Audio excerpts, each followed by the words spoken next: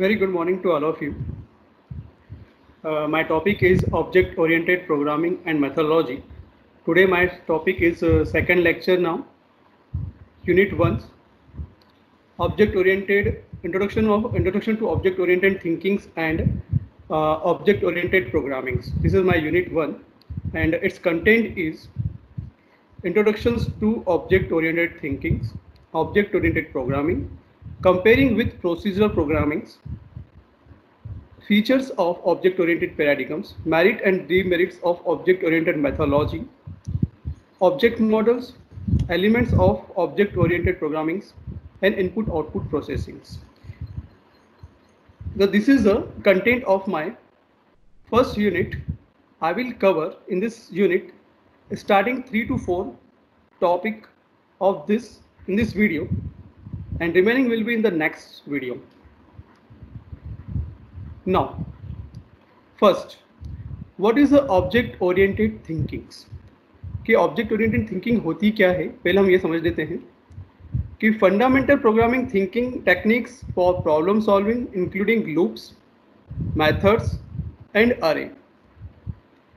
मतलब and the study of this technique lay a solid foundation for object-oriented programming. मतलब हमारा main जो purpose है फंडामेंटल जो प्रोग्रामिंग टेक्निक का, ये क्या एक फंडामेंटल प्रोग्रामिंग टेक्निक है जो क्या करती है, जो कॉम्प्लेक्स प्रॉब्लम्स होती हैं हमारी, ठीक है ना, जो ड्यूरिंग द प्रोग्रामिंग के बीच में आती है उसको सॉल्व करती है, ठीक है, जिसका यूज़ किसके इंक्लूडिंग किसके लूप का यूज़ करके, मेथड का यूज़ करके एंड अरे का यूज़ करके हम इसको क्या कर सकते हैं, इनकी जो कॉम्प्लेक्स प्रॉब्लम उस प्रॉब्लम को सॉल्व किया जाता है। और साथ ही हम क्या कर सकते हैं, जो ऑब्जेक्ट ओरिएंटेड प्रोग्रामिंग की जो फाउंडेशन है, मतलब कौन कौन से मेथडोलॉजी है, हम उसको भी क्या कर सकते हैं, यहाँ पे इसको अप्लाई कर सकते हैं, जैसे इनहेरिटेंस से, पॉलीमॉर्फिज्म से एंड इनकैप्सुलेशन से, इन सब का यूज़ करके हम यहाँ पे क्या कर सकते हैं, एक उसका ऑब्जेक्ट ओरिएंटेशन का एक फाउंडेशन या यूँ बोल रहे कि एक स्ट्रक्चर तैयार कर सकते हैं। However class provide more flexible and modularity for building reusable software than procedural programming. अब यहाँ किसकी बात कर रहे हैं हम, क्लास एंड ऑब्जेक्ट की बात कर रहे हैं, क्योंकि प्रोसीजरल जो प्रोग्रामिंग थी, जो कहाँ पे यूज़ करते थे प्रोसीजरल प्रोग्रामिंग, हम सी में यूज़ करते थे, जहाँ पर हम देखे कि वहाँ पे क्लास और ऑब्जेक्ट का यूज़ नहीं किया जाता था, वहाँ पर सिर्फ स्ट्रक्चर प्रोग्रामिंग का यूज़ होता था, जो ज़रूरत होती तो करते थे, नहीं तो कि कोई रिक्वायर्ड नहीं हो तो नहीं करते थे, ठीक है ना। पर यहाँ पे हम क्या करते हैं, क्लास का यूज़ करके उसको फ्लेक्सिबल बना सकते हैं, मॉड्यूलिटी बना सकते हैं, मतलब मोर देन वन ऑब्जेक्ट कर सकते हैं, उसको उस क्लास को एक्सेस कर सकते हैं और उसका यूज़ कर सकते हैं। तो this is object oriented thinkings, ठीक है। अब history of object oriented programming, अब मेन चीज़ है कि इसकी हिस्ट्री क्या है, ऑब्जेक्ट ओरिएंटेड प्रोग्रामिंग की हिस्ट्री क्या है। इन 1960s birth of structure programming language, in early 1980s object oriented programming। तो इसका मतलब है कि जो 1960s की बात करें तब इसका स्ट्रक्चर प्रोग्रामिंग लैंग्वेज का लॉन्च हुई थी, तब से लैंग्वेज आई थी, और फिर 1980s में क्या आई थी, ऑब्जेक्ट ओरिएंटेड प्रोग्रामिंग के कॉन्सेप्ट आए थे, ठीक है। इन 1979 invented by Benjamin stuffs and 1980s and the early 90s C++ took hold. मतलब यूँ कह सकते हैं कि 1980 से लेकर 1990s तक, या यूँ कहो कि मैंने जब लैंग्वेज की बात करें तो मैंने भी जो जब लैंग्वेज पढ़ी थी C++ या जो भी हम बोलते हैं, कॉलेज टाइम में जब 96 में था, जब कॉलेज ज्वाइन किया था, तब जावा जब स्टार्टिंग ही हुआ था हमारे यहाँ, उसके पहले सी और C++ ही चलती थी, ठीक है ना। तो सबसे ज़्यादा होल्डिंग किसकी थी, C++ की ही होल्डिंग थी उस ड्यूरेशंस में, ठीक है। उसके बाद धीरे धीरे क्या हुआ कि जावा की होल्डिंग स्टार्ट हुई और फिर उसके बाद .NET की हुई। तो in 1991 Java was conceived by James Gosling, Patrick and Steve Ed Frank and Mike by steam Microsoft Oak a Java 1995, ठीक है ना। पहले ओक के नाम से आई थी, फिर उसको क्या कर दिया था, उसको नाम का चेंज किया था, जावा नाम कर दिया था इन 1995 में, ठीक है। तो ये क्या थी, history of object oriented programmings. समझ में आया ना आप लोगों को, क्लियर है। अब हम बात करते हैं कि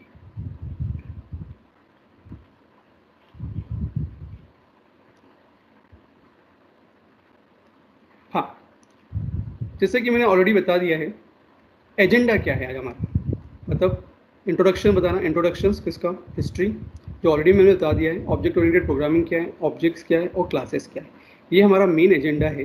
और उसके अलावा हम कोशिश करेंगे कि बेसिक कॉन्सेप्ट क्या है, इनकैप्सुलेशंस, इनहेरिटेंस, एब्स्ट्रैक्शंस एंड पॉलीमॉर्फिज्म के हम कोशिश करेंगे कि ये भी हम आपको बता पाएँ। ठीक है, तो फर्स्ट है ब्रीफ प्रोग्रामिंग हिस्ट्री, जो मैं ऑलरेडी आपको डिस्क्राइब कर चुका हूँ लास्ट वीडियो में, लास्ट लेक्चर, लास्ट स्लाइड पे। अब कंप्यूटर प्रोग्रामिंग होती क्या है? देखो, जब बात हम कंप्यूटर प्रोग्राम की बात करते हैं तो कहीं ना कहीं हम उसकी प्रोग्राम की बात भी करेंगे और कहीं ना कहीं उसके एल्गोरिथम्स की भी बात करेंगे। ठीक है ना? तो एल्गोरिथम क्या होता है? Is a step by step process होती है, is a step by step set of instructor for a computers. Clear है? तो एल्गोरिथम क्या है यहाँ पे? अब अगर हम एल्गोरिथम की बात करें तो पहले अगर आपका लॉजिक डेवलप नहीं है तब तक आप किसी भी पॉइंट का एल्गोरिथम नहीं डिज़ाइन कर सकते हैं। ठीक है, यहाँ एल्गोरिथम से ही बोला है कि स्टेप बाय स्टेप प्रोसेस होती है, मतलब आप जो भी प्रोग्राम बनाना है तो पहले आपको उसको लॉजिक डेवलप करना होगा, लॉजिक के बेसिस पे उसका एल्गोरिथम डिज़ाइन होगा और उसके बेसिस पे क्या होगी, यहाँ पे उसकी प्रोग्रामिंग बनेगी। मतलब computer programming is step by step set of instruction for a computer. मतलब जब प्रोग्रामिंग करेंगे तो आपको कहीं ना कहीं उसमें सेट ऑफ इंस्ट्रक्शंस का यूज़ करना पड़ेगा और उसके बेसिस पे आप क्या करेंगे, उसकी कोडिंग करेंगे और उसके बाद में क्या कंप्यूटर प्रोग्राम बनेगा। तो every computer program is N algorithms. यहाँ क्या बोला है? एवरी कंप्यूटर प्रोग्राम क्या है, यहाँ पे एक एल्गोरिथम है। क्लियर है? तो अब मेरा मेन पॉइंट ये है कि लॉजिक कैसे डेवलप किया जाए, पॉइंट क्लियर रहना चाहिए। तो लॉजिक डेवलप करने के लिए सबसे इंपॉर्टेंट पॉइंट है कि आपको मालूम होना चाहिए कि सबसे पहले आप बनाना क्या चाह रहे हो, आइडेंटिफाई करना है कि व्हाट यू वांट। समझना ना, आपको बनाना क्या है, प्रोग्रामिंग में आपको बनाना क्या है। ठीक है, जैसे सिंपल से मैं एक सिंपल एग्जांपल देता हूँ। अगर आपको एडिशन का प्रोग्राम बनाना है तो एडिशन के प्रोग्राम के लिए आपको क्या मालूम होना चाहिए कि एडिशंस का फॉर्मूला मालूम होना चाहिए यहाँ पे। ठीक है, तब तो आप क्या करेंगे, उसमें आप प्रोग्राम बना सकते हैं। आप एडिशन के प्रोग्राम के अंदर आपको ये मालूम है कितने एट्रीब्यूट्स लेंगे आप, कितने वेरिएबल्स है जिसकी रिक्वायर्ड होगी, क्योंकि 2 वेरिएबल की रिक्वायरमेंट होगी। मतलब फॉर्मूला क्या होगा, a = c+b। ठीक है ना? अब ये जो इसके डेटा टाइप क्या होंगे, इंटीजर्स है कि फ्लोट है, ये आपको सब चीज़ पहले से क्लियर होना चाहिए कि ये इंटीजर फॉर्मेट में, इसका आंसर किसके फॉर्मेट में आएगा और कैसे आएगा। तो ये सब चीज़ पहले से क्लियर होगी, तभी तो आप उसका क्या करेंगे, प्रोग्रामिंग बना सकते हैं। ठीक है ना? तो यहाँ इंपॉर्टेंट पॉइंट है कि लॉजिक तभी डेवलप होगा जब उसका कहीं ना कहीं फॉर्मुलेशंस वाला पार्ट होगा, और अगर याद ज़्यादा नहीं है तो फॉर्मुलेशन बनाना पड़ेगा और उसके बेसिस भी क्या होगा, ये सब चीज़ होगी। ठीक है, और उसकी बेसिस पे आप क्या कर सकते हैं, अपना एल्गोरिथम लिखेंगे और उसी के बेसिस पे आप क्या लिखेंगे, अपना कंप्यूटर प्रोग्राम लिख सकेंगे। ठीक है, क्लियर है पॉइंट सभी को? Every computer program is an algorithm. Next slide. अब प्रोग्रामिंग लैंग्वेज की बात करते हैं। यहाँ पे programming language allow programmer to develop a software. ठीक है, अब जो भी जितनी भी प्रोग्रामिंग लैंग्वेजेस हैं वो प्रोग्रामर को अलाउ करती है कि वो डेवलप कर सके सॉफ्टवेयर को। ठीक है ना? पहले क्या थी, पास्कल लैंग्वेज थी, कोबोल लैंग्वेज थी, असेंबली लैंग्वेज थी। तो उससे कहीं ना कहीं छोटे मोटे जो भी ने जो उस ड्यूरेशन में कहीं ना कहीं हम लोगों ने अपने सॉफ्टवेयर डिज़ाइन किए थे और उसको सेल भी किया था, लोगों ने उसे परचेज भी किए थे और उसे यूज़ भी किया था, ऐसा नहीं कि नहीं यूज़ किया। ठीक है, तो सी लैंग्वेज भी यूज़ हुई थी और सी लैंग्वेज से भी कुछ ना कुछ प्रोजेक्ट बने थे और उनके यूज़ करके कहीं ना कहीं हम लोगों ने उसका प्रोजेक्ट डिज़ाइन किया था। ठीक है, तो स्मॉल प्रोजेक्ट डिज़ाइन किया था और उनका यूज़ करके। तो अब यहाँ मेजर फैमिलीज जो लैंग्वेज की है कौन कौन सी है? एक तो मशीन लैंग्वेज है, असेंबली लैंग्वेज है, एक हाई लेवल लैंग्वेजेस है। 3 इंपॉर्टेंट लैंग्वेजेस है जिसकी हम यहाँ बात कर रहे हैं, machine language, assembly language, second one is a high level language. ठीक है, अब यहाँ पे बात करते हैं मशीन लैंग्वेज होती क्या है। मतलब मशीन लैंग्वेज मतलब मशीन कोड। किसकी बात हो रही है? सिंपल सी बात है, जब हम आप लोगों ने लास्ट ईयर बी में फर्स्ट ईयर में ऑलरेडी पढ़ा होगा कि मशीन लैंग्वेज होती क्या है। क्लियर है? तो machine language it's related to binary language. ये किससे रिलेटेड है? बाइनरी लैंग्वेज से रिलेटेड है। मतलब यहाँ पर हम किसकी बात करेंगे? 0 और 1 की बात करते हैं। मतलब हमारा सिस्टम किसको समझता है, किस चीज़ को समझता है? ओनली 2 चीज़ को समझता है। मतलब ओनली बाइनरी लैंग्वेज को ही समझता है हमारा सिस्टम, तो 0 और 1। तो मशीन लैंग्वेज और या machine code is a low level language comprised of a binary digits, मतलब 1 and 0। For example the ASCII value for the letter, अब यहाँ पर आपको बहुत सारी ASCII वैल्यूज दिखाई दे रही है। कौन सी है? ACB 116 BC 0299 22C5। तो ये देखो, अब ये 04CB है, तो 0 मतलब तो 0 कर दिया, 4 का जो बाइनरी फॉर्म होता है वो होता है 0100 होता है, C का क्या होगा 1100 होगा, और B का क्या होगा 10 होगा। तो यहाँ पे क्या दिया है, इस जो ASCII कोड को कन्वर्ट किया है किसमें, इन लोगों ने बाइनरी कोड में कन्वर्ट किया है। यहाँ पे एक और अपन देखते हैं जिसको और आपको इजी समझ में आ जाएगा कि बाइनरी कोड में कैसे किया है। 3 टाइम 4, 3 और 3 टाइम 4 की बात हो रही है यहाँ पे। तो 3 को कैसे लिखते हैं यहाँ पे 0011 0100 0100 0100। तो उसने क्या करा, ये 3 ये जो आपकी जो ASCII कोड दिए हैं उसको क्या किस में कन्वर्ट कर दिया, उसने बाइनरी फॉर्म में कर दिया। इसका मतलब है सिंपल सी बात है, जब मशीन के अंदर जब भी हम कोई भी इंस्ट्रक्शन देंगे वो किसी भी फॉर्म में दें आप, वो सबसे पहले क्या करेगा, मशीन कोड में कन्वर्ट करेगा, मशीन मतलब बाइनरी लैंग्वेज में कन्वर्ट करेगा, एंड देन उसको जो भी उसका आंसर होगा उसको लाके हमको वापस से जो जिस लैंग्वेज में आपने लिखा है उसी लैंग्वेज में वो आपको रिटर्न भी करेगा।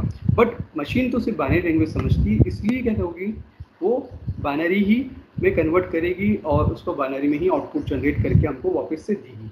मतलब यूँ कह सकते हैं कि जब कंपाइलर जब एग्जीक्यूट करता है प्रोग्राम को या रन करता है तो वो एक ऑब्जेक्ट कोड डिज़ाइन करता है। ऑब्जेक्ट कोड जो होता है वो बाइनरी फॉर्म में, तो बाइट कोड होता है, उसमें बोलते हैं वो क्या होता है बाइनरी फॉर्म में होता है, और फिर उसको ऑफिस से रिकन्वर्ट होता है, एंड देन ऑफिस से आपको आंसर मिलता है।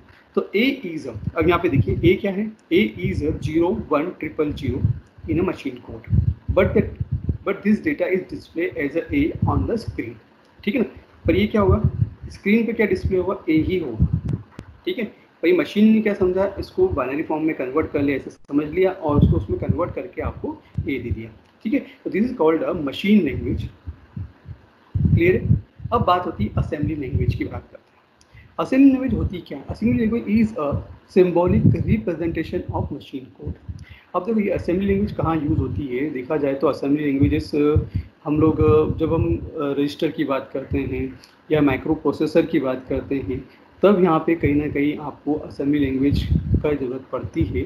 और अगर सिस्टम में इजी टू प्रोग्रामर है, to write a program must know how many registers and internal structure of CPU। तो ये सब चीज़ क्या है, ऑलरेडी हमारे सिस्टम के जो रजिस्टर लगा हुआ है, तो कहीं ना कहीं वो असेंबली लैंग्वेजेस का यूज़ करके लगा हुआ है, कहीं ना कहीं उसी में उसको बनाया गया है, असेंबली लैंग्वेज का यूज़ किया है वहाँ पे। तो यहाँ हम बोल सकते हैं कि जो असेंबली लैंग्वेज है जिसकी हम बात कर रहे हैं वो किसको रिप्रेजेंट करती है, सिंबॉलिक रिप्रेजेंटेशन करती है मशीन कोड को। अब यहाँ पे सिंपल से मैं एग्जाम देता हूँ, एग्जाम्पल यहाँ बहुत सारे लिखे हुए, जैसे यहाँ लोड लिखा है, स्टोर लिखा है, लोड स्टोर ऐड, ठीक है ना, यहाँ ऐड भी लिखा है, फिर स्टोर भी लिखा है, हॉल्ट भी लिखा है।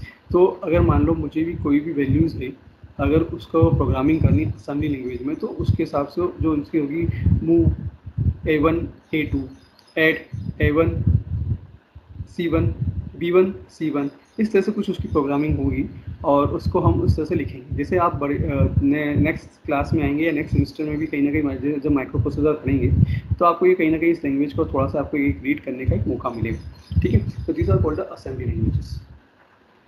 अब होती है हाई लेवल लैंग्वेज की बात कर रहे हैं, किसकी बात कर रहे हैं हम यहाँ पे, हाई लेवल लैंग्वेज। अब हाई लेवल लैंग्वेज क्या होती है, high level computer language are basically symbolic language. ये भी एक सिंबॉलिक लैंग्वेज ही है कि डेट यूज इंग्लिश वर्ड, किसका यूज़ कर रही है, इंग्लिश वर्ड का यूज़ कर रही है। क्लियर है यहाँ पे, एंड और mathematical symbol rather than mnemonic codes, किसके बजाय, निमोनिक कोड के बजाय किसका यूज़ कर रही है, वो इंग्लिश का यूज़ कर रही है या फिर मैथमेटिकल सिंबल का यूज़ करती है। ठीक है, क्लियर है। तो अब यहाँ सिंपल सी बात है, C++ की बात करते हैं। तो C++ में आपने देखा होगा, सी में अगर आप बात कर रहे हैं, या C++ अगर आपने लास्ट ईयर पढ़ी है क्लास के अंदर, तो आपने वहाँ देखा होगा कि सब जो सेंटेंस जो भी वर्ड्स थे वो किस में थे, सी के फॉर्म, मतलब इंग्लिश वर्ड के फॉर्म में थे। और वहाँ पे जो भी मैथमेटिकल्स जो सिम्बॉल्स है, प्लस माइनस, आपने देखा ही होगा, I++, I माइनस, तो कहीं ना कहीं वो मैथमेटिकल सिम्बॉल थे। जबकि किसकी बजाय, निमोनिक कोड की बजाय किसका यूज़ किया यहाँ पे, मैथमेटिकल सिंबल का। वो इसलिए यूज़ किया जिससे आपको इजीली समझ में आ जाए, आप इजीली लिख सके, आप कंफ्यूज ना हो लैंग्वेज में। क्योंकि अगर आप कोबोल और इनमें यूज़ करते थे तो वहाँ पे कई बार क्या होता है, कंफ्यूज हो जाते थे। ठीक है ना, तो आपको वहाँ कोड याद करने पड़ते थे स्पेशली। तो यहाँ पे इतना ऐसा नहीं है कि कोड बहुत ज़्यादा याद करना है, आपको सिर्फ सिंटेक्स ध्यान रखना है और सिंटेक्स के बेसिस पे आप कर सकते हैं, उसकी प्रोग्रामिंग कर सकते हैं। क्लियर। अब यहाँ each instruction in the high level language is translated into many machine language instruction and that the computer can understand. अब जो भी हाई लेवल लैंग्वेज होगी वो किस में कन्वर्ट करेगी, आपके कोड को मशीन लेवल लैंग्वेज में कन्वर्ट करेगी, और उसके बाद कंप्यूटर क्या करेगा, समझेगा कि आपने क्या लिखा है। एग्जैक्टली समझ में है ना, ये चीज़ यहाँ पे देखने को मिलेगी।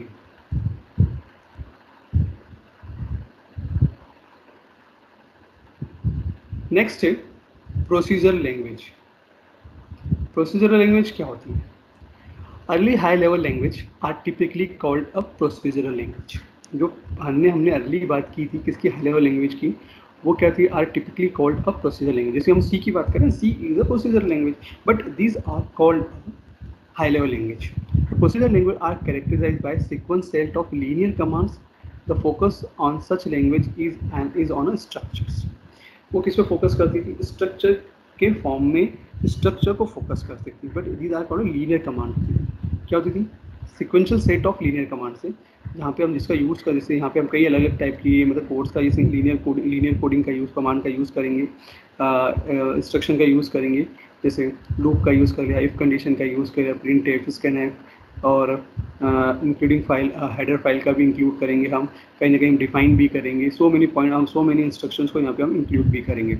एग्जांपल है यहाँ पे C, COBOL, Fortran, Lisp, Perl, HTML and VB script. Clear, ये सब चीज़ क्या है यहाँ पे, ये हाई लेवल लैंग्वेज है, ठीक है, ये एग्जांपल दिए हैं। अब बात आती है ऑब्जेक्ट ओरिएंटेड लैंग्वेज की, जो हमको पढ़ना है, ठीक है ना। ऑब्जेक्ट ओरिएंटेड लैंग्वेज होता क्या है? The focus of object oriented language is not on structure. जो कि हमने देखा था कि जो प्रोसीजर ओरिएंटेड प्रोग्रामिंग थी या लैंग्वेज थी, वो किसको फोकस कर रही थी, प्रोसीजर को, ठीक है ना। जबकि ऑब्जेक्ट ओरिएंटेड प्रोग्रामिंग ऑब्जेक्ट को कंसिडर कर रही, फोकस करती है, और क्लास और ऑब्जेक्ट को ये फोकस करती है, ना कि स्ट्रक्चर को, ठीक है, बट ऑन मॉडलिंग डेटा, ठीक है। तो programmer code using blueprint of data model called classes. अब यहाँ पे प्रोग्रामिंग कोड जो किसका यूज़ करता है, ब्लूप्रिंट का, जिससे हम क्या कहते हैं, डेटा मॉडल बोलते हैं, ब्लूप्रिंट ऑफ डेटा मॉडल, और उससे हम क्या कहेंगे, क्लासेस। जैसे सिंपल से एग्जांपल बताऊँ, क्लास होती क्या है, क्लास होती क्या है, जैसे फॉर एग्जांपल एक ऑब्जेक्ट है, जैसे for example student is one of the object, and उसका मुझे क्या कहेंगे, क्लास बनाना है। तो क्लास बनाते वक्त हमको क्या करना है, क्लास का नाम देना पड़ेगा, स्टूडेंट, ठीक है ना। अब उसके अंदर क्या करना पड़ेगा, उसके एट्रीब्यूट्स को रखना पड़ेगा, और साथ ही साथ उसके मेंबर फंक्शंस को भी इंक्लूड करना पड़ेगा। मान लो मेरे रिजल्ट के नाम की कोई फाइल बना रहे हैं, तो उसके अंदर हम क्या क्या चीज़ कर सकते हैं, जैसे स्टूडेंट के रिजल्ट के हिसाब से, तो पहले हमको सब्जेक्ट के जो वेरिएबल्स वो बताने पड़ेंगे, उसका नाम, इसका है एवरेज, परसेंटेज, ये सब चीज़ एज अ वेरिएबल इंक्लूड करेंगे। और जहाँ पर इसका डेटा टाइप्स है, मतलब इंट है तो इंट, फ्लोट है तो फ्लोट, आपको उसके हिसाब से यहाँ पे लेना पड़ेगा। क्लियर है, तो जो चीज़ जैसी है यहाँ पे उसको लेना पड़ेगा आपको। अब बात आती है इसके एग्जाम्पल क्या हो सकते हैं। तो object oriented programming language include C++, visual basic और .NET एंड जावा। ये सब क्या है, उसके एग्जाम्पल है, ठीक है ना। और ब्लूप्रिंट का मतलब आप समझ ही गए होंगे कि ब्लूप्रिंट क्यों कहा गया है यहाँ पे, क्लियर है।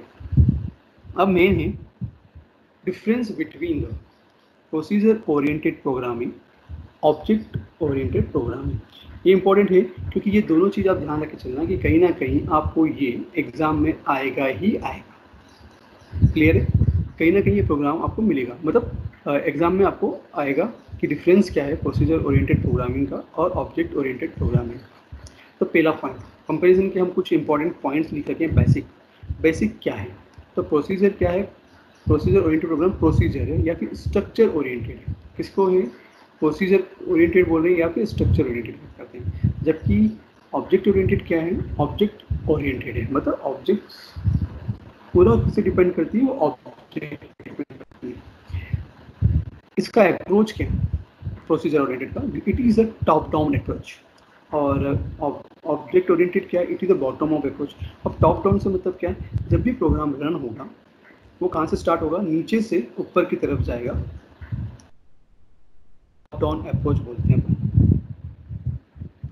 इसलिए हम इसे क्या बोलते हैं, टॉप डाउन अप्रोच कहते हैं।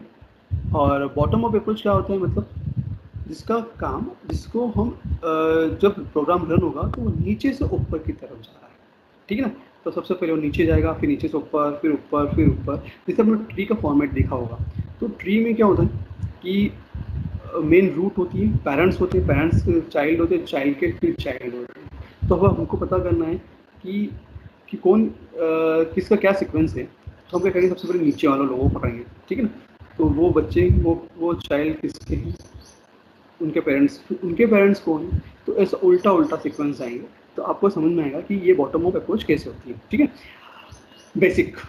अब main focus on how to get the task done, कैसे टास्क को कंप्लीट किया जाए, मेन फोकस होता है।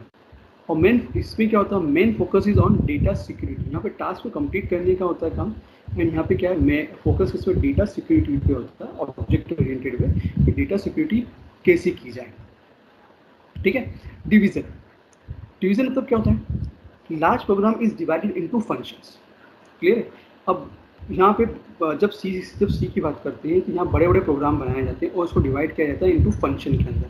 मतलब फंक्शन का यूज़ किया जाता है और छोटे छोटे फंक्शंस को बना के हम क्या करते हैं, उसका यूज़ करके बड़े बड़े प्रोग्राम को डिवाइड कर दिया। अगर मान लो फंक्शन का यूज़ नहीं करें तो हमको क्या करना पड़ेगा, इसी एक ही चीज़ को लिखने के लिए हमें कई लाइन लिखनी पड़ेगी। जैसे फॉर एग्जांपल अगर हमको किसी स्टूडेंट का डेटा निकालना है या स्टूडेंट का रिजल्ट बनाना है, तो हर बार क्या करना पड़ेगा, हर स्टूडेंट के लिए हमको क्या करना पड़ेगा, प्रोग्रामिंग करनी पड़ेगी, कोडिंग लिखनी पड़ेगी, तब जाके क्या हुआ एक रिजल्ट जनरेट होगा। पर अगर मैंने फंक्शन का यूज़ कर लिया या फिर ऑब्जेक्ट ओरिएंटेड का यूज़ कर लिया, तो हमको कुछ नहीं करना है, स्टार्टिंग में एक ब्लूप्रिंट डिज़ाइन कर दिया या एक स्ट्रक्चर डिज़ाइन कर दिया और मेरा काम हो गया। तो बार बार उसको इस पर एक्सेस करेंगे और हमारा रिजल्ट हो जाएगा जनरेट, ठीक है ना। तो ये क्या है, यहाँ पे लार्ज प्रोग्राम लिखे जाते हैं और किसमें डिवाइड किए जाते हैं, इनटू स्मॉल स्मॉल फंक्शंस में डिवाइड किए जाते हैं, ठीक है। अब जबकि ऑब्जेक्ट ओरिएंटेड की बात करें तो उसमें क्या होता है, entire program is divided into object. समझ में, ये पूरा जो प्रोग्राम होता है तो वो किस में डिवाइड हो जाता है, ऑब्जेक्ट में डिवाइड हो जाता है। एंटिटी एक्सेसिंग मोड, क्लियर है। अब यहाँ एंटिटी एक्सेसिंग मोड से क्या समझते हैं, नो एक्सेस स्पेसिफायर ऑब्जर्व्ड। यहाँ पे मतलब सी में स्पेशली बात की जा रही है। यहाँ पे पब्लिक प्राइवेट एंड प्रोटेक्टेड नाम का कोई भी ऐसा स्पेसिफिक कीवर्ड या एक्सेस स्पेसिफाइड कीवर्ड का यूज़ ही नहीं किया जाता है। यहाँ हर चीज़ क्या है, एक प्रकार से पब्लिकली ही वर्कआउट हो गई है। इधर डिफ़ॉल्ट बोलना चाहिए, डिफ़ॉल्ट एज अ पब्लिक, ठीक है ना। मतलब पब्लिक यहाँ वर्ड ही यूज़ नहीं कर रहे हैं, तो डिफ़ॉल्ट है तो पब्लिक ही, मतलब यहाँ प्राइवेट प्रोटेक्टेड ऐसा कुछ है ही नहीं, ठीक है। जिसको हम बोल सके ये प्राइवेट है ये प्रोटेक्टेड, ऐसा कुछ भी नहीं। जबकि यहाँ पर ऑब्जेक्ट ओरिएंटेड प्रोग्रामिंग केस में हम यहाँ बोल सकते हैं कि this is a public, this is a private and this is a protected. मतलब हमने इसे 3 ऑलरेडी इंपॉर्टेंट कीवर्ड्स का यूज़ किया है यहाँ पे एक्सेस स्पेसिफायर में, पब्लिक, प्राइवेट एंड प्रोटेक्टेड, ठीक है। अब नेक्स्ट पॉइंट है inheritance. There is no provision of inheritance.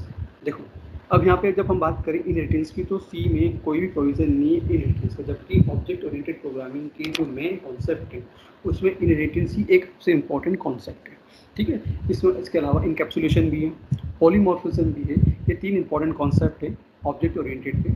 और यहाँ हम किसकी बात कर रहे हैं, inheritance in C++.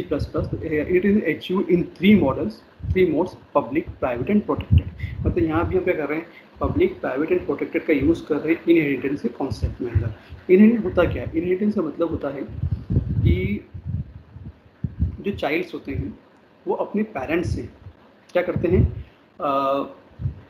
पेरेंट्स से क्या लेंगे, अपनी कुछ ना कुछ प्रॉपर्टीज़ को क्या रहते हैं, गेन करते हैं, ठीक है ना। और ये क्या है, ये जो प्रोसेस है लॉन्ग टर्म प्रोसेस है। मतलब हर चाइल्ड कहीं ना कहीं अपने पेरेंट्स से कुछ ना कुछ उसकी प्रॉपर्टी को गेन करता है।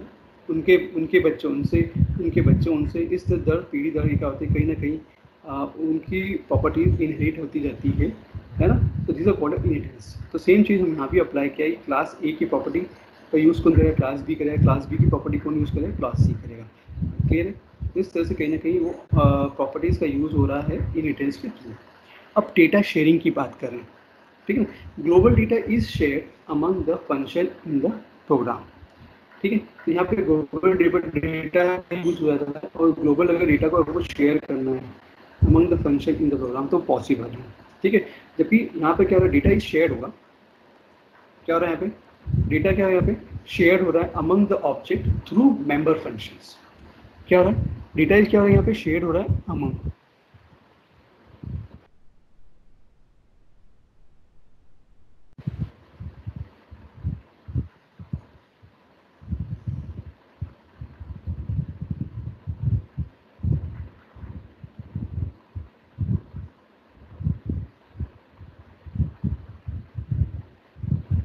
तो यहाँ पे क्या हो रहा है, data is shared among the object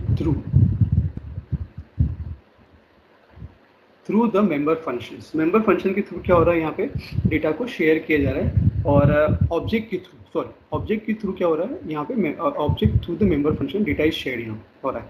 example क्या है यहाँ पे C++ की, सी, VB, फोर्ट्रॉन, पास्कल्स। ठीक है, ये क्या है, these are called the procedure oriented languages है। जबकि जब हम ऑब्जेक्ट ओरिएंटेड की बात करते हैं तो यहाँ पे C++, जावा, VB, नेट, C# और .NET is object oriented programming है। क्लियर है यहाँ पे, ये सब चीज़ें क्लियर है। तो आपको ये समझ में आ गया होगा कि प्रोसीजर ओरिएंटेड प्रोग्रामिंग होती क्या है, ऑब्जेक्ट ओरिएंटेड प्रोग्रामिंग होती क्या है। क्लियर। नेक्स्ट है C और C++ में क्या डिफरेंस है। देखो अभी हमने सिंपल सा पूछा देखा था कि प्रोसीजर ओरिएंटेड एंड उसमें देख लिया था। अब हमको क्या देखना है कि मेन स्पेशली जो हमने C और C++ में डिफरेंस क्या है। तो पहले C की बात करें तो इसका डेवलप ईयर 1972 है, जबकि C++ का 1979 है। डेवलप बाय किसका है, डेनिस रिचिनी क्या था। यहाँ पे प्रेसिडेंट स्टॉफ में क्या था, सक्सेसर कौन है यहाँ पे, BCPL जो लैब थी वहाँ पे हुआ था, यहाँ पे C लैब में हुआ था। यहाँ पे इनका पैराडिगम्स क्या है, यहाँ पे ये प्रोसीजर ओरिएंटेड है, जबकि ये क्या है, ऑब्जेक्ट ओरिएंटेड है। C++ क्या ऑब्जेक्ट ओरिएंटेड है। प्लेटफॉर्म डिपेंडेंट है, डेफिनेटली C और C++ बोथ आर डिपेंडेंट है प्लेटफॉर्म, जबकि Java is not a platform dependent. ठीक है, तो यहाँ बोल सकते हैं C और C++ क्या डिपेंडेंट है लैंग्वेज। कीवर्ड्स यहाँ पे 32 यूज है, जबकि यहाँ पे 63 कीवर्ड्स का यूज किया है। डेटा टाइप्स क्या है, यूनियन, स्ट्रक्चर, जो कि सपोर्टेड है इन बोथ केसेस, C और C++ दोनों में कहीं ना कहीं इन दोनों का इनका सपोर्टेड। प्री प्रोसेसर और डायरेक्टरीज की बात कर रहे हैं तो यहाँ पे भी सपोर्टेड है, मतलब हैश इंक्लूड और हैश डिफाइन यहाँ भी यूज़ हो रहा है, और यहाँ पे सपोर्टेड किया जाता है हैश इंक्लूड और हैश डिफाइन का यहाँ भी यूज़ हो रहा है। Header file both are supported in both cases में सपोर्टेड है, मतलब यहाँ पे हम किसका यूज़ करें, include, std.h, kony.h, mesh.h, same thing है, iostream.h। इससे हम कहीं ना कहीं हम हेडर फाइल को यूज़ करते हैं एज अ सपोर्ट करने के लिए प्रोग्राम को। इनहेरिटेंस, C में इनहेरिटेंस का कोई काम नहीं है, इसलिए नो इनहेरिटेंस लिख दिया उसने, जबकि C++ में इनहेरिटेंस यूज़ होता है, इसलिए उसने क्या किया, सपोर्टेड कर दिया है। Overloading is not used in C, मतलब नो ओवरलोडिंग इज यूज, जबकि C++ में क्या हो रहा है, सपोर्टेड है।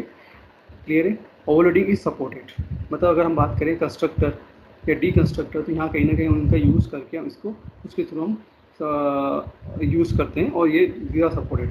कोड ट्रांसलेशन, कंपाइल, और ये हमें कंपाइल्ड ही होता है, दोनों कंपाइल ही होता है। जबकि हम अगर जावा की बात करें तो वहाँ पे इंटरप्रेटर का भी यूज़ हो रहा है और कंपाइलर का भी एट द सेम टाइम पे हम दोनों का यूज़ करते हैं, जबकि C और C++ में ओनली कंपाइलर का यूज़ करते हैं इन वन टाइम्स। ठीक है, फिर storage allocation uses malloc, calloc. C में किसका यूज़ किया जा रहा है, मेलॉक और केलॉक को यूज़ किया जा रहा है, इसको मेमोरी को स्टोर करने के लिए, अलोकेशन, मेमोरी अलोकेशन के लिए मेलॉक और केलॉक का यूज़ किया जाता है। जबकि यहाँ पे जबकि C++ में यूजर्स न्यू और डिलीट, इन दो चीज़ों का यूज़ किया जाता है इसको स्टोरेज अलोकेशन के लिए। Main multi threads and interface की बात करें तो C is not supported multi threading and interface, जबकि C++ क्या है, C++ भी इसको सपोर्ट नहीं करता है, मल्टी थ्रेडिंग एंड इंटरफेस को भी सपोर्ट नहीं करता है। क्लियर है।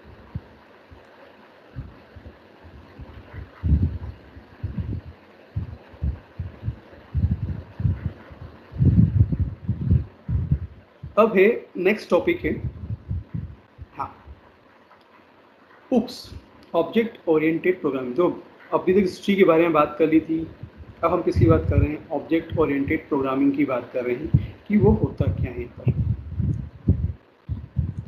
UPS क्या है, is a mainly program design philosophy, तो एक प्रकार से प्रोग्राम डिज़ाइन की एक फिलोसफी है। UP uses a different set of programming language than old procedure programming language. UPS क्या यूज़ का, डिफरेंट सेट ऑफ, दूसरे टाइप एक अलग different set of programming language है, जो किससे डिफरेंट है, प्रोसीजर प्रोग्रामिंग लैंग्वेज से, C, पास्कल, ETC। क्योंकि यहाँ पे हम किसका कॉन्सेप्ट का यूज़ कर रहे हैं, इनहेरिटेंस का यूज़ कर रहे हैं हम कहीं ना कहीं, हम लोग कहीं ना कहीं किसका यूज़ कर रहे हैं हम लोग, पॉलीमॉर्फिज्म का, इनकैप्सुलेशंस का, एब्स्ट्रैक्शंस का, डेटा बाइंडिंग का, तो ये इन कॉन्सेप्ट का यूज़ कर रहे हैं यहाँ पे। और इससे प्रोग्रामिंग ईजी बन रही है और कहीं ना कहीं बॉटम अप अप्रोच का भी यहाँ पे यूज़ करते हैं। Everything in OOP is grouped as a self-sustainable object. Hence, you gain reusability by means of 4 main object-oriented programming concept. ठीक है ना। तो यहाँ पे 4 मेन ऑब्जेक्ट ओरिएंटेड कॉन्सेप्ट बताए हैं, पर मैं पहले ये बताना चाहूँगा कि जब हम ऑब्जेक्ट की बात करते हैं तो जो भी प्रोग्राम होगा, जब हम प्रोग्राम की बात करेंगे तो हमको प्रोग्राम बनाते वक्त हमको किसी न किसी ऑब्जेक्ट को ही कंसिडर करना है और ऑब्जेक्ट के बेसिस पे हम क्लास डिज़ाइन करेंगे। ठीक है, क्लास कभी भी डायरेक्ट नहीं बनाई जा सकती। पहले आपको क्या करना पड़ेगा, ऑब्जेक्ट को ध्यान रखना है और ऑब्जेक्ट को ध्यान रख के आप उसकी क्लास को डिज़ाइन कर सकते हैं। क्लास में आपको लिखना क्या है, उसकी प्रॉपर्टीज़, तो उसके वेरिएबल्स क्या है, उसके मेंबर फंक्शंस क्या है, हम उसकी बात करते हैं यहाँ पे। क्लियर? तो ये चीज़ को हम यहाँ पे देखेंगे किसमें, specially in object oriented programming में। क्लियर? अब object oriented programmer define not only the data type and the data type of data structure, but also the types of operations methods that can be applied to the data structure. ठीक है ना। तो object oriented program क्या है, define not only data type को ही define नहीं करता है वो, साथ ही डेटा स्ट्रक्चर को भी डिफाइन करेगा। तो डेटा स्ट्रक्चर डेटा टाइप को ही डिफाइन नहीं करता है, किंतु ऑल्सो टाइप ऑफ ऑपरेशंस और उसकी मेथड्स क्या हो सकती हैं, फंक्शंस क्या हो सकती हैं, ऑपरेशन मेथड या फंक्शन जो बोल सकते हैं अपन, that can be applied to the data structure, उसको भी वो क्या करता है, डिफाइन करता है। In this way the data structure become an object that include both data and function in one unit.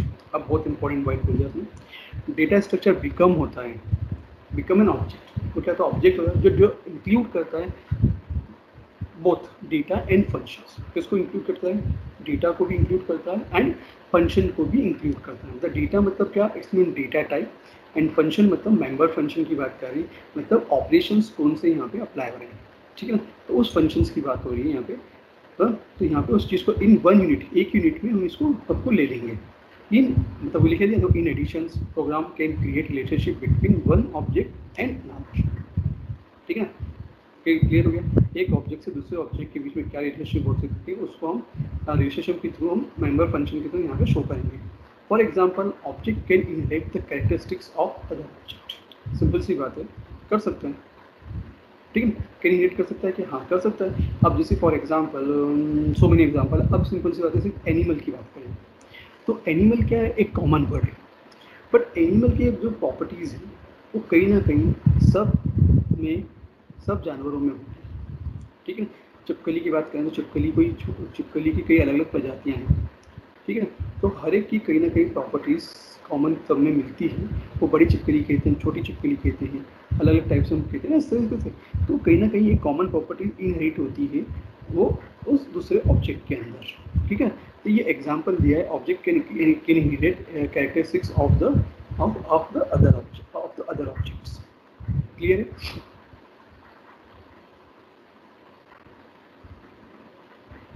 Object oriented programming language, pure object oriented language और एक होता है हाइब्रिड ऑब्जेक्ट ओरिएंटेड लैंग्वेज। यहाँ दो important बात की गई है। एक तो किसकी बात कर रहे हैं, प्योर ऑब्जेक्ट ओरिएंटेड लैंग्वेज की, जहाँ पे Eiffel, Actor, Emerald, Jade, Obix, Ruby, Python, Scala, Smalltalk and Self, ये कुछ प्योर ऑब्जेक्ट ओरिएंटेड लैंग्वेजेस है जिसका हम यूज़ करते हैं। जिससे मैं बता रहा हूँ, पाइथन तो मैंने भी यूज़ की है यहाँ पर, पाइथन को तो मैंने भी रीड किया है और पाइथन मुझे बहुत अच्छी लगी है। ये एक प्रकार से डेटा एनालिसिस के लिए बहुत अच्छी यूज़ होती है, डेटा इंटरप्रिटेशंस के लिए बहुत ही अच्छी लैंग्वेज है पाइथन। ठीक है, और हाइब्रिड ऑब्जेक्ट ओरिएंटेड लैंग्वेज में हाइब्रिड होता है, एक मिक्स लैंग्वेज, मतलब Delphi, object Pascal, C++, Java, C++, VB.NET, Pascal, Visual Basic, MATLAB, Fortran, Perl, COBOL, 2002, PHP, ABAP, एडा 95, ये बहुत सारी हाइब्रिड ऑब्जेक्ट ओरिएंटेड लैंग्वेज है जिसको हमने बताया है। मतलब हाइब्रिड होना मतलब सिंपल सी बात है, कहीं ना कहीं ये कुछ न कुछ दो कॉन्सेप्ट को मिलके एक हाइब्रिड डिज़ाइन होता है। तो यहाँ पे उन चीज़ों की बात हो रही है। तो C++ है, जावा, ये सब कहीं ना कहीं हाइब्रिड लैंग्वेजेस हैं। ठीक है, अब यहाँ देखो अगर बात करें मैटलैब में या एंड्रॉयड की बात करें, एंड्रॉयड में भी कहीं ना कहीं जावा का यूज़ हो जाता है। ठीक है, जावा भी कहीं ना कहीं C++ के कॉन्सेप्ट को लेके आ रही है मैटलैब भी एक अलग टाइप, मैटलैब भी क्या एक अलग टाइप की लैंग्वेज है। It is use for specially neural networks या फिर अलग अलग टाइप के वहाँ एप्लीकेशन दिए, उसका यूज़ करके भी हम उसका यूज़ करते हैं। तो मैटलैब का यूज़ करते हैं, पास्कल है, और विजुअल बेसिक का भी यूज़ इस तरह से हो रहा है। PHP क्या है, एक वेब बेस्ड बोल सकते हैं। मतलब अगर आपको वेब डिज़ाइन करना है, मतलब कोई भी अगर वेब डिज़ाइन करना है या आपको वेबसाइट डिज़ाइन करनी है, तो आप उसको PHP का यूज़ करके वहाँ की उसकी प्रोग्रामिंग करके आप डिज़ाइन कर सकते हैं PHP का यूज़। तो इस तरीके से हम कई हाइब्रिड ऑब्जेक्ट ओरिएंटेड लैंग्वेज है जो उसको हमने यहाँ पे की है। क्लियर है आपको? अब last topic of this video, की आइडिया इन ऑब्जेक्ट ओरिएंटेड। अब सबसे इंपॉर्टेंट पॉइंट है कि की आइडिया क्या है, ऑब्जेक्ट ओरिएंटेड की idea. The real world can be accurately describe as a collection of object to that interact. तो मेन की आइडिया क्या है यहाँ पे, जो भी रियल वर्ल्ड है, रियल वर्ल्ड में जो भी ऑब्जेक्ट है जो कि एक्यूरेटली डिस्क्राइब किए गए as a collection of object के रूप में जो डेट इंटरेक्ट। मतलब सिंपल सी बात है, यहाँ पे हम किसकी बात करते हैं, रियल वर्ल्ड में जो भी ऑब्जेक्ट है उनका क्या बिहेवियर है, क्या आइडेंटिफिकेशन है, क्या स्टेट है, उसके बेसिस पे हम उसको ऑब्जेक्ट मान के बहुत ही आसानी से उसको डिस्क्राइब कर सकते हैं और उससे इंटरेक्ट कर सकते हैं। ठीक है ना। मैं से कई ऐसे बहुत सारे एग्जांपल, जैसे आप अब हम उसकी बात करते हैं, फर्नीचर की बात, तो furniture is a class. Furniture क्या है, क्लास है। अब उसके भी क्या होंगे, कहीं ना कहीं उसे क्लासिफिकेशन करेंगे तो टेबल, कुर्सी, ये सब चीज़ अलग होगी, तो कहीं ना कहीं फर्नीचर की प्रॉपर्टी कहीं ना कहीं सभी में इंक्लूड होगी। इस तरह से क्या होगा, हमने क्या करा, एक ऑब्जेक्ट की प्रॉपर्टी को दूसरी ऑब्जेक्ट की प्रॉपर्टी में क्या कर दिया, इनहेरिट किया है, जो कि आपको यहाँ पे इस वीडियो के थ्रू में समझाने की कोशिश कर रहा था। Is called object oriented programming.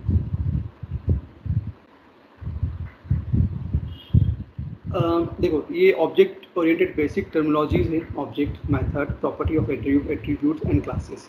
इसको हम कल भी पढ़ सकते हैं, बट जस्ट मैं आपको एंड होने से पहले थोड़ा सा जस्ट डिस्क्राइब कर देता हूँ, क्योंकि कल हमको ये सब चीज़ पढ़नी ही है आगे। ऑब्जेक्ट क्या होता है, यूजली अ पर्सन, प्लेस और ए थिंग, जो मैंने आपको ऑलरेडी बोला था कि इस धरती पर या इस दुनिया में जहाँ भी हम रह रहे हैं, जो भी रह रहे हैं, और ऑल एवरीथिंग इज ऑब्जेक्ट। यहाँ पे जो कंसीडर किया है, सबको क्या कंसीडर कर दिया है, प्लेस को, थिंग्स को या फिर पर्सन को, सबको क्या कंसीडर किया है, यहाँ पे ऑब्जेक्ट कंसीडर किया है। और मेथड मतलब कहते हैं जो एक्शन जो परफॉर्म बाय ऑब्जेक्ट, और जो ऑब्जेक्ट के द्वारा जो भी एक्शन परफॉर्म की जाती है वो उसे क्या कहते हैं, मेथड कहते हैं। ठीक है। और प्रॉपर्टीज और attribute characteristics of certain object, और जो भी उसकी प्रॉपर्टीज होती है सर्टेन ऑब्जेक्ट की, उसे हम क्या कहेंगे, उसका एट्रीब्यूट कहेंगे। ठीक है। और क्लास क्या होता है, categories of similar objects such as automobile does not hold any values of the object, attributes or properties। तो ये क्या था, क्लास थी, object, method, properties of attributes and class. This is a basic terminology of object oriented programming. In the next video I will also describe again from this slide now. Clear? Thank you.